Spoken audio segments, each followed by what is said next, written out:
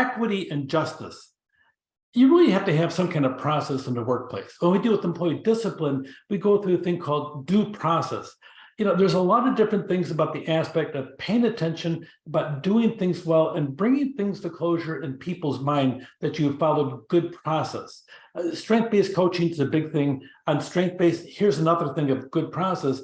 Focus when you're coaching on somebody, identify people's strengths and work with them on their strengths so they can improve their strengths and shine based upon the strengths they already have. When you're coaching and you're trying to get somebody to build their career pathway, focus on the positive and toss in the negative areas they can correct, but focus on building this aspect over here. Seek feedback on the strengths, not necessarily the flaws, but if they can correct the flaws in their process, or the strength can overcome the flaws, if they focus on that, make certain that you're doing that. Feedback, sometimes it's not social sources you're going to have. You're going to really have feedback not conveyed by people, for example, but really have different aspects of things they can feed back in the process. I'll talk more about the 360 evaluation in a little bit. Social sources, a lot of times feedback directly from others, have a full circle of employees around the employee. And then sometimes you want to make certain that it's not in a social setting. Social settings should be for social activities and camaraderie. But the aspect of feedback. Now, there's a thing out there called the 360 evaluation. I built one in a college where I was vice president, and it was really interesting because we built it and we started out having too many evaluators. Each administrator had 15 evaluators.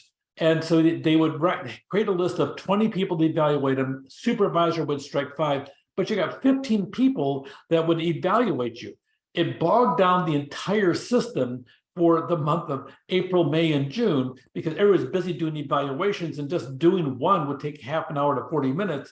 So if you got 15 to do, that would be huge. If you're doing each one of them, one person at 24 evaluations, it's almost incomprehensible how you can possibly get that done. He did, but it bogged the college down. But the reality was, before it came out, everybody was really nice for each other for the 6 months beforehand. It was kind of interesting.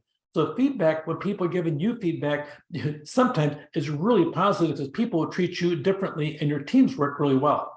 There's 3 kinds of justice that really are general, and there's other ones on top of that, but here's the 3 primary ones. We call one distributive justice, one procedural, and one interactional justice. Let's talk about them when we come through and look at this. On the equity theory model, one of the things that can bite somebody, especially if you're in leadership the most, is this thing called equity. I worked so hard, and that person over here, they went through a job reclassification and they're lazy, they show up late, they leave early, they don't do half the work that I do, and they got a raise because of the job duties and responsibilities. And I got to tell you, coming from human resources, when that happens, you do what we call market basket study. You go out and you do these studies. And yes, you're looking on the duties, not the person, but you'll have people angry, may even hate you because of the fact that the study came out and this other person who they thought doesn't deserve something got more money. And it's not about the money per se. It really is about the justice that's involved of inequity. Inequity could really damage it. So this perception of inequity, you have to be careful about that because people will compare themselves to others all the time, and make certain when you make a move that you can justify it, and it's a just move using these different models. Correcting the inequity tension, reduce our inputs, increase our outcomes, increase other people's inputs, let them talk. Reduce others' outputs, depends what you're doing. We get to change our perceptions, whatever, sometimes to correct the tension, use these tools, these 7 tools over here as to how you reduce that tension. A lot of times in procedural justice, make certain the decision makers have no self-interest. It's a big thing. Just for like due process, for instance, the person that is enforcing something should never be the person that makes the exceptions. So the rule is whoever makes the decision, okay, on the rule, okay, is not the one that enforces it. Let somebody else enforce it.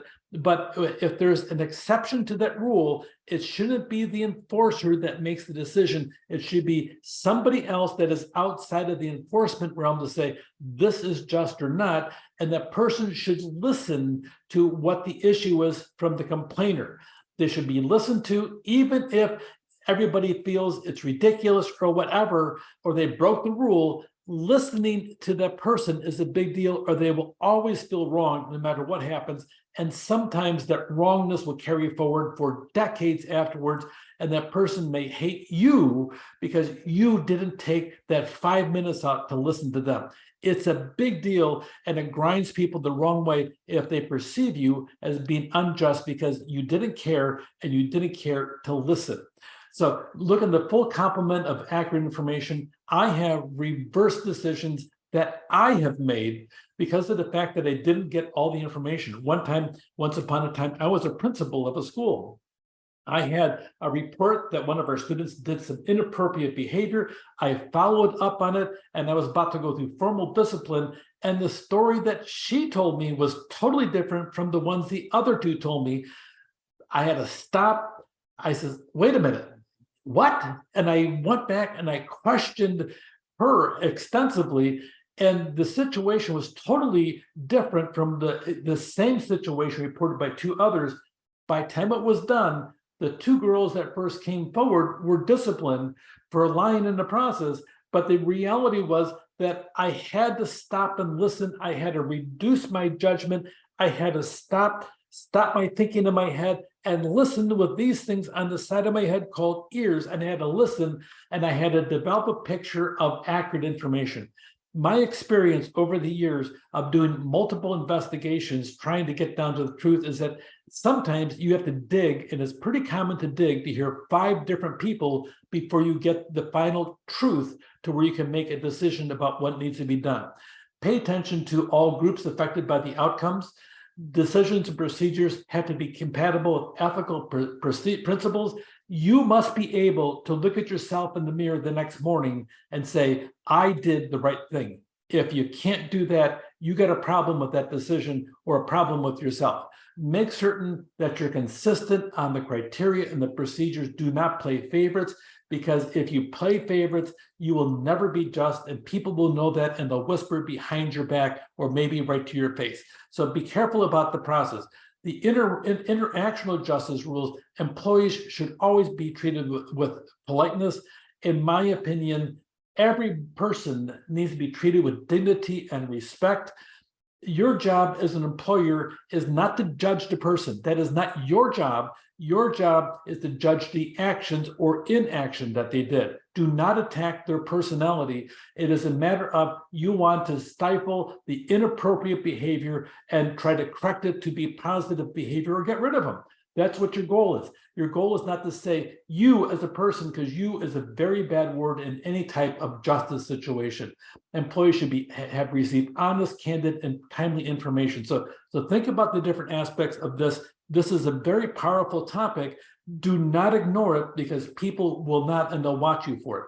Strength-based goals, MBO, joint goal setting, the 360 appraisal, and pay attention to the justice, the distributive, the appropriate rewards, and the fair rules in the process.